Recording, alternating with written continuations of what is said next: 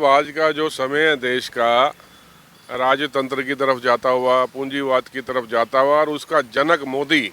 आज का समय मोदी जो बोले और उसके लोग जो बोले वो सही। आप और हम अभी पलवल में खड़े हैं।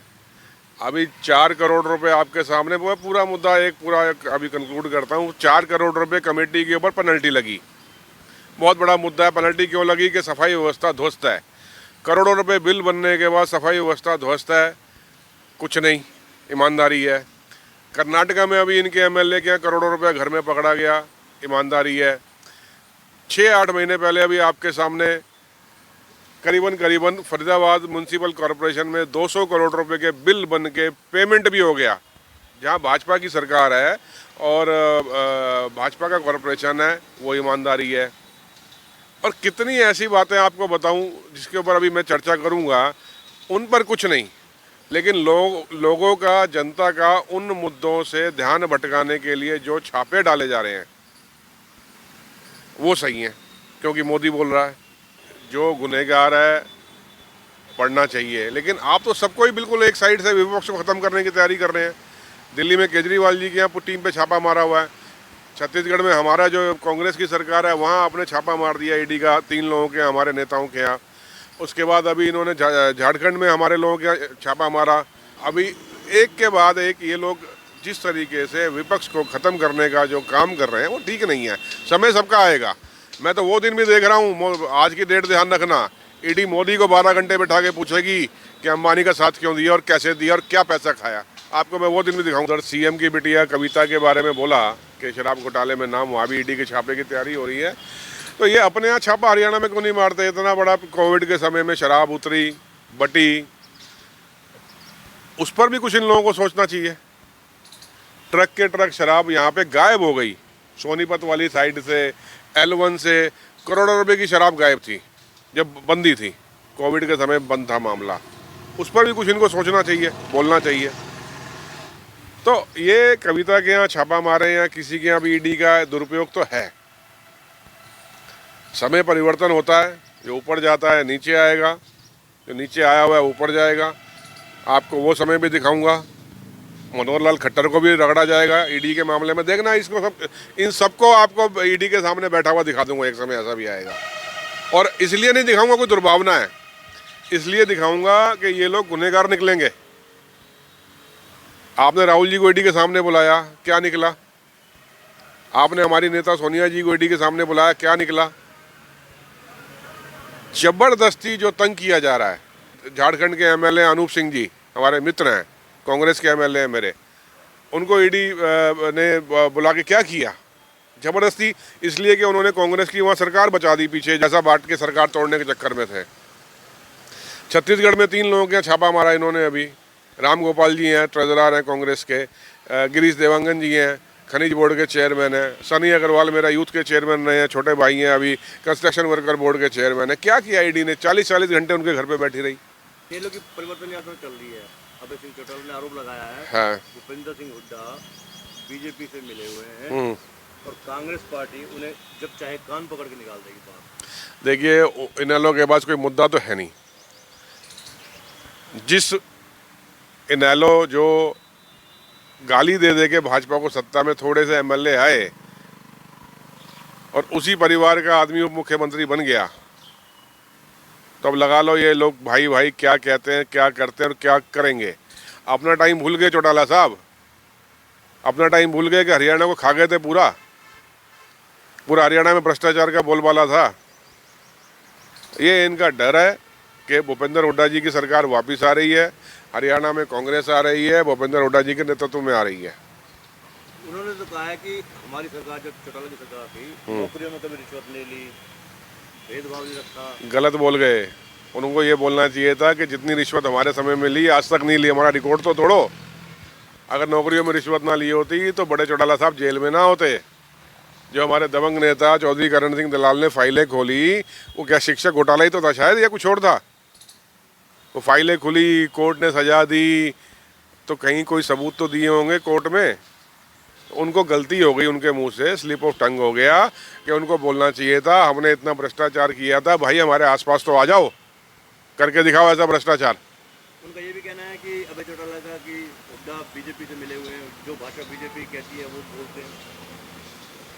देखिए मैंने बुटानी साहब, कुछ भी इस समय उनके पास कहने के लिए कुछ नहीं है। जनता के सामने उनके पास बोलने के लिए कुछ नहीं है, वो कुछ भी बोल सकते हैं। तो उस पर कोई टिप्पणी करना भी समय खराब करने वाली बात है। उन्होंने कहा कि 7,500 रुपये हम पेंशन देंगे प्रत्येक को, युवाओं को रोजगार देंगे हर घर में। मैं तो कह रहा हूँ अपने समय में क्या किया था पहले वो गिनवा देना। हमने ये किया था, भ्रष्टाचार के अलावा क्या किया था वो गिनवाएं, फिर जो देंगे उस पर बात करें।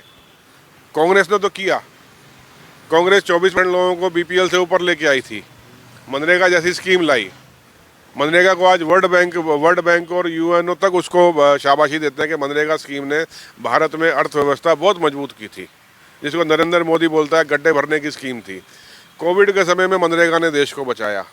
गड्ढे तो नरेंद्र मोदी और इन लोगों के आने के बाद देश के किस्मत में पड़ गए हैं। लोग हिंदू करके आज इस स्थिति में ले आए हैं देश को कि सारा देश बेच के अडानी की झोली में डाल दिया। मुद्दा ये है बुटानी साहब, अडानी के पिछले 2 महीने में 12 लाख करोड़ रुपया उसके शेयर कम हो गए, नुकसान हो गया। नुकसान किसका हुआ? अडानी का हुआ।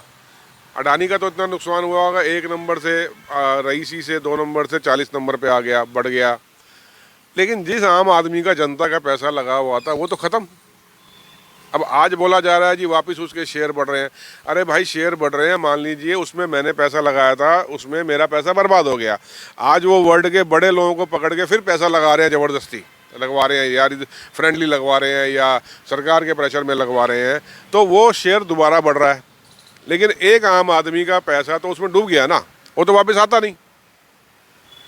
ये कौन सोचेगा? ये आपने हमने सोचना है, ये जनता ने सोचना है, लोगों ने सोचना है।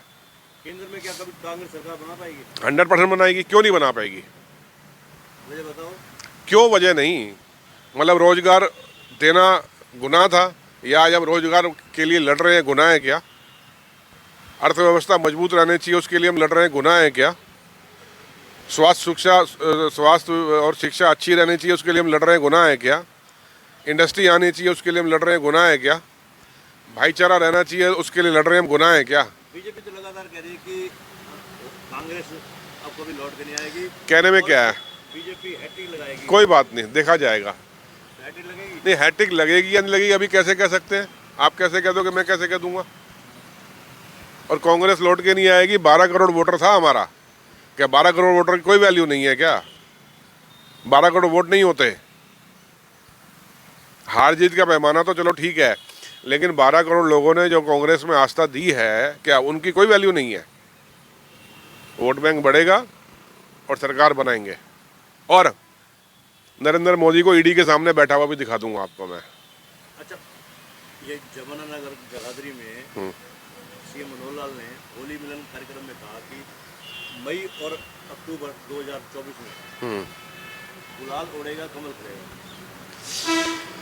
उनकी मजबूरी है, वो नहीं कहेंगे तो उनको हटाने की तैयारी तो कर चुके थे। 3 बार तो वो अपना कुशासन जो उन्होंने दिया, उनके ही नेता उनके खिलाफ लामबंद हुए। वो तो अमित शाह का उसको एक वरस्त मिल गया, उसको आशीर्वाद मिल गया, तो खट्टर जी बच गए। खट्टर जी ने किया क्या मुझे बताओ? आप यहाँ से पलवल से सोना चले जाओ, गाड़ी बिल्कुल टूट जाती है। शर्म आनी चाहिए निकम्मों को, भाजपाइयों को। एक सड़क ये 7 साल में नहीं बना पाए, 9 साल में।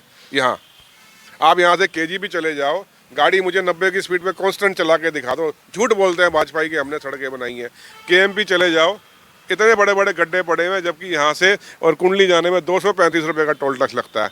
आप दिल्ली से चंडीगढ़ निकल जाओ, पानीपत तक जाने में जाम ही जाम होता है। झूठे भाजपाई, निकम्मे भाजपाई, ये मौका परस्त भाजपाई, ये भ्रष्ट भाजपाई। कोई सड़कें नहीं बनी हैं, भ्रष्टाचार ही भ्रष्टाचार हुआ है। दीपक मंगला जी को आप एक बार आमने सामने मेरे साथ कहीं भी ओपन एक बात करवा दो, पूरा मीडिया बिठा दो, हम बात कर लेंगे। पलवल की सड़क पे क्या दौड़ता है? दीपक मंगला घर के सड़क, घर के बाहर तो पानी भर जाता है। आप हाँ बोलो या ना बोलो, चलो मैं तो आपसे पूछ रहा हूँ। दीपक मंगला हमारे माननीय विधायक के घर के बाहर हर बार बारिशों में पानी भरता है या नहीं भरता? आप हाँ या ना बोलो, मैं तो आपको सरपंच बनाता हूँ।